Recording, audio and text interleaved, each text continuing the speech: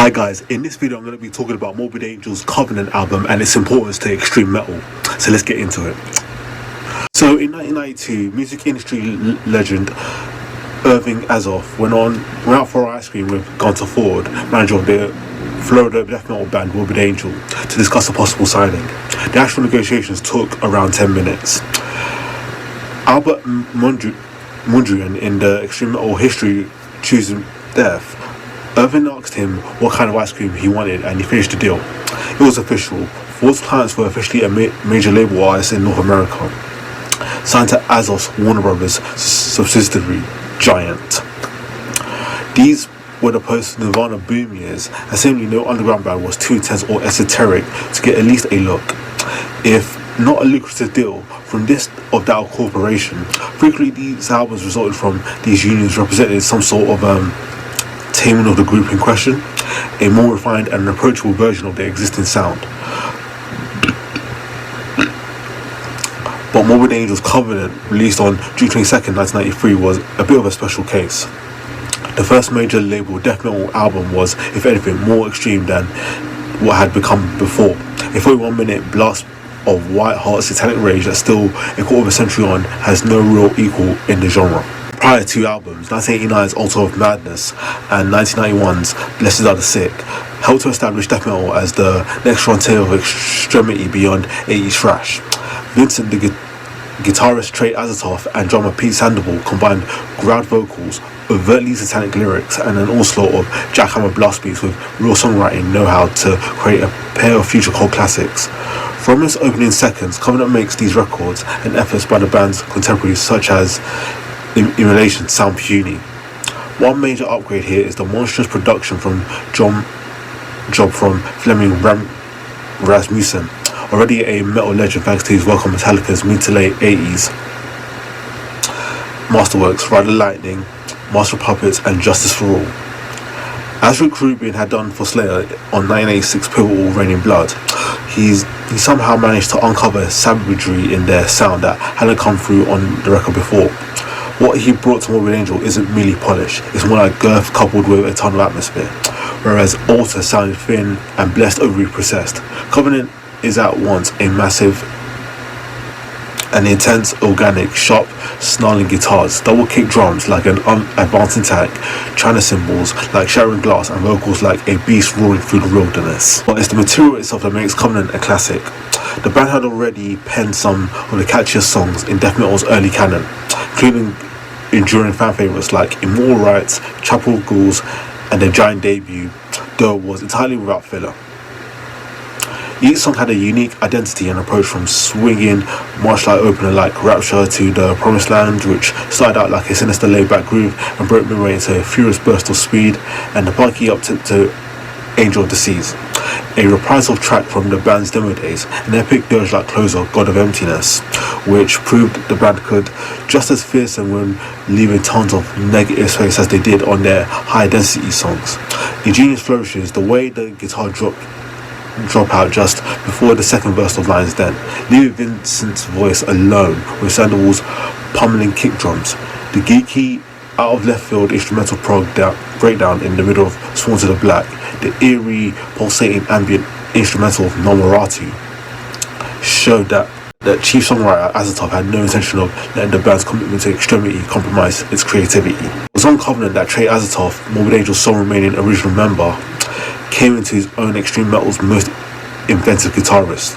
Born George Emmanuel III and self-renamed, combining his status as the third in his family and the name of a Lovecraftian deity, Azatoff developed a reputation as a mechanically committed, almost savant-like player. Trey, according to early Morbid Angel guitarist Richard Brunel, he says that Trey has muscles in his arms that I couldn't even begin to describe. Recording for the first time without a second guitarist and armed with new 7-string Ibanez Universe guitar, Azatoff reached new heights of insanity on Covenant, cramming the songs full of grand, almost symphonic riffs and solos that seemed to self-immolate in sudden bursts of brain-scrambling noise. I needed further evidence that Azatov wasn't your average shredder. The guitarist's priceless special thanks in the list in the liner notes offers further clues. In addition to shouting out his six-string idols, Jimi Hendrix and Eddie Van Halen, who he deems the undisputed champions of guitar, on the basis of innovation, feeling, technique and all-out engulfingness, he gives props to the prized muscle car, a 500 HP 5-litre Mustang eating Chevy Noza, and a host of characters, mostly from the Street Fighter 2 and Castlevania series.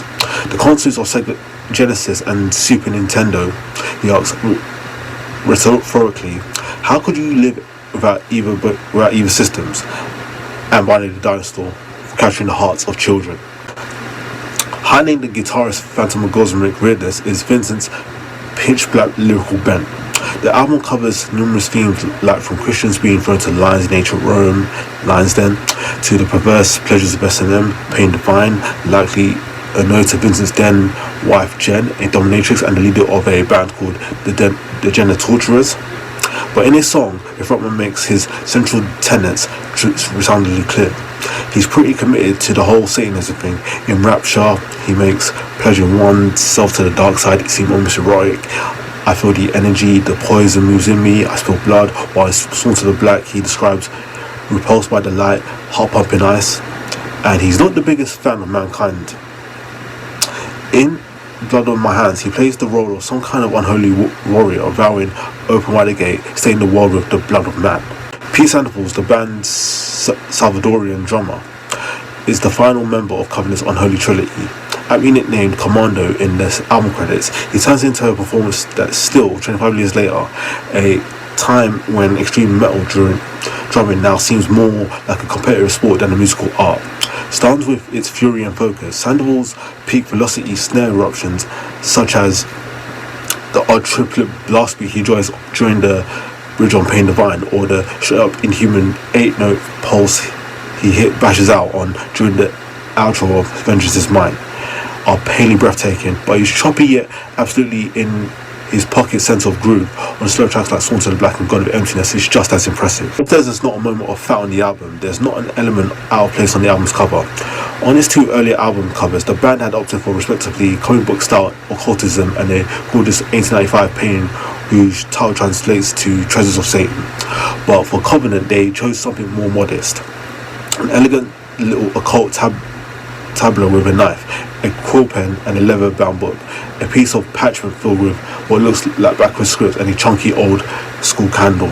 We wanted something that was solemn and sort of like not a robot per se, but it had to suggest the idea of pact and allegiance, if you will, said Vincent. Overall, we wanted something timeless and about commitment. We thought that this record was what it was, who we were and subjects matter.